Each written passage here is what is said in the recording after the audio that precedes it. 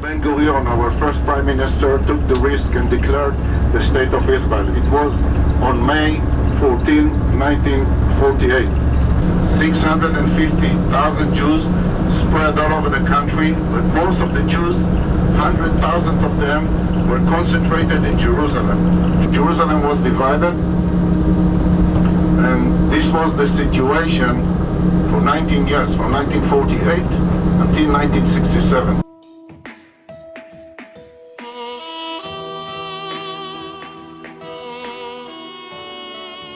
The temple of the time of Jesus looked like this. Okay, you see? That's a look from east, exactly as if we are standing in the same area. This is the city of David. The retaining wall supported David's citadel. And on these hills that were found were people which we know from the Bible. How do we know? Their names are mentioned in the Bible. Daliyahu ben Pashhur, or Gmariyahu ben Shaphan, he worked together with Jeremiah the prophet. During the War of Independence, the Jewish quarter inside the walls of Jerusalem was on a siege. Nobody could arrive. There was an attempt of the Israeli army to enter and join the forces in the Jewish quarter.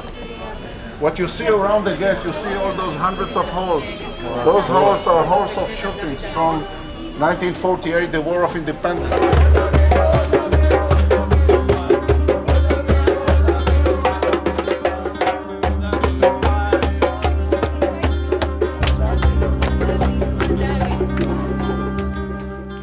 This one is the corridor, this is north, this is south, and those columns are part of a very wide street here, which was the main street of Jerusalem at the Roman and in the Byzantine period.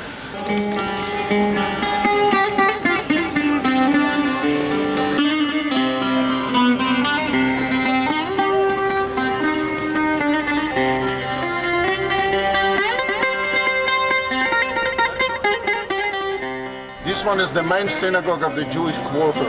In the time of the Jordanians, this synagogue was totally destroyed. Roman soldiers are carrying the menorah. It's the same menorah that behind me, showing the victory of the Romans. Those are archaeological excavations who reveal the corner of the western and the southern wall. This is probably the oldest interchange in the old world.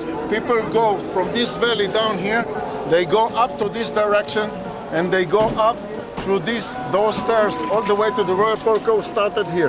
How do we know this?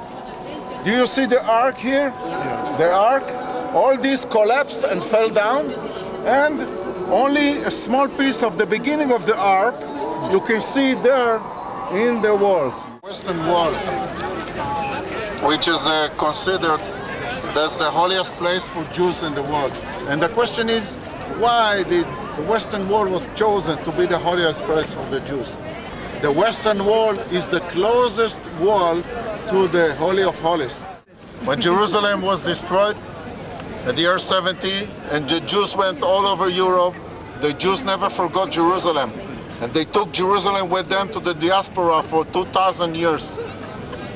The Jews are praying 3 times a day, asking God to return them to Jerusalem so they will be able to worship God here in Jerusalem.